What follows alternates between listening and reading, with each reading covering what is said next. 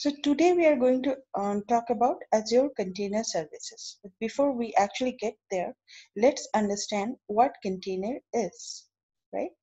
So to understand what container is, we need to get a little idea about how the apps are being managed.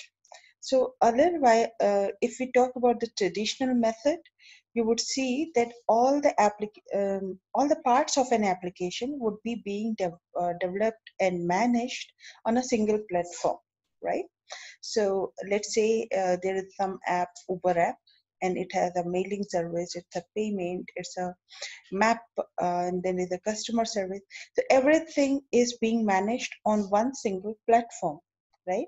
So we call it monolithic applications, right?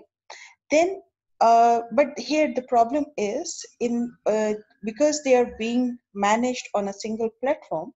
So if there's some problem happens on that platform or maybe one part of the application, so it's quite possible that the entire application would be down because they all are interrelated and there are no boundaries between all these features of the application. So later on what we decided that we'll keep these all application or the features on a separate a platform. So what we did, as we discussed, like how we moved from on-prem to the on-cloud virtual to on-cloud environment, right? So now we have a liberty to create multiple virtual machine on the same, right? On the same hardware, right? So like this, on the same application, we started creating multiple platforms to develop different type of features and interconnect them, right? So now every feature can be developed on a separate virtual machine. Yes, so they are not interrelated anymore. So if, let's say, if mail is down, still your other 5 services could be working because those other 5 virtual machines are working. Yes, so that platform is different and they're working in a different environment, and they are not so dependent on each other that if one feature is down, your entire application could go down, right? But here again we have in this, creating a virtual machine comes with an condition that all your resources that you use to create that virtual machine are locked, even if it is in use or not, right? So now again this we moved from virtual machine to uh, um, containerization. So containerization means on one single machine, we can create multiple containers. So now you see how we are upgrading on one hardware from one machine to we are able to create multiple virtual machine, right? And now rather than creating virtual machine and locking the resources, we are creating container. So they are scalable, they are flexible.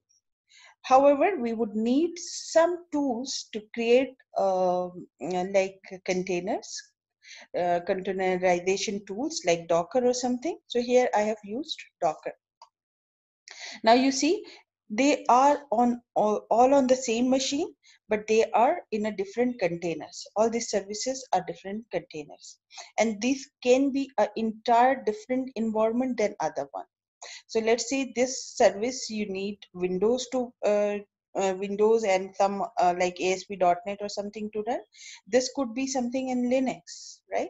And they all can sit on same machine and with in a different containers, right? So I can give a complete environment to this container, which would be distinctly different than the other containers, right? So if we see here, we move from the local machine to the virtual machine.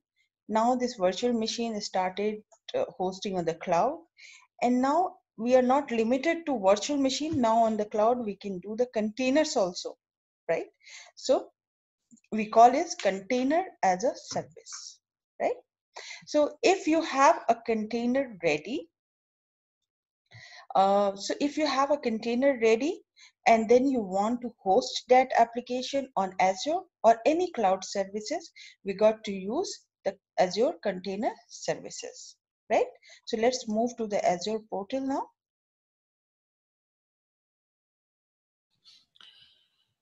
So here we are on my Azure portal, right? So either we can go ahead and search a container service here, or I can go from the container instance, right? Now, let's see our containers that are available. So I'll go here on Hub, Docker Hub, right? So this is the portal where I have my account there, and you can see there how many images we have available all over the world. So like 29 millions. So you see these are Docker certified. So if you have to work on a Java environment, you can use this. If you want to use a SQL environment, you can use this. There are so many are available, and you can select by category also, right? Linux, Windows, and all, right? So what I'm going to do is here to do slash hello world, right? This is the container that I'm going to use. So this is the build, a small build here for the testing purpose. All right, you can find the details here. So let's pull up here and you can see it's build are here. These details are given here, right? So all the details are available. All I have to do is invite it on my container.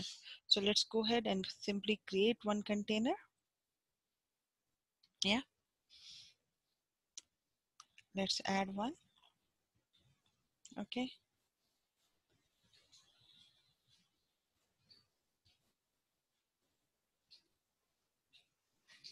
Okay.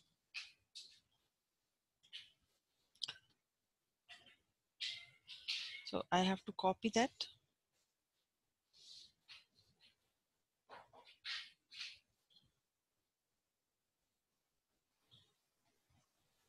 All right. It's the next one. So we'll go next. Port 80 is open. I'll open 81 also. Okay. It's TCP. All right. DNS table name for the FQDN, I have to give something. So I'll say, all right, TechPledge works for me. Right. Now let's review and create. So simply, all I have to do is to create. I should have a container image ready by any tool that you are using. It could be Docker as well. So I am using here the Docker image that is the mostly being used nowadays. So I just picked up that. You see, this is ready now. So once it is ready, I would be able to get that hello world.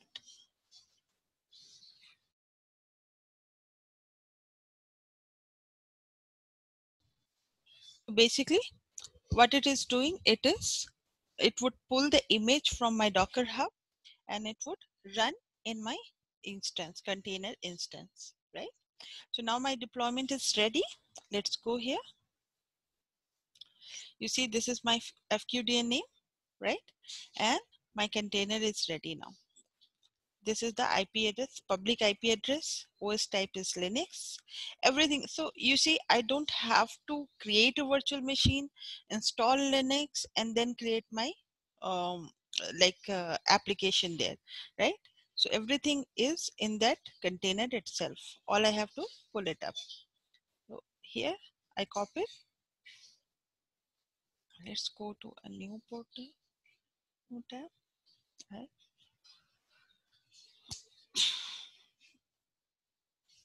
So this is my website that is being hosted here. So everything is ready in the Docker in that image itself, and now it is working. So now if you to create how to create the container in Docker, you would need to refer to the DevOps course where we'll discuss about the Docker. That is basically a DevOps tool which helps us to create the container images, right? So that's a completely separate part. We can discuss about that under DevOps, right? So this part is done and we are ready to host this site. All right.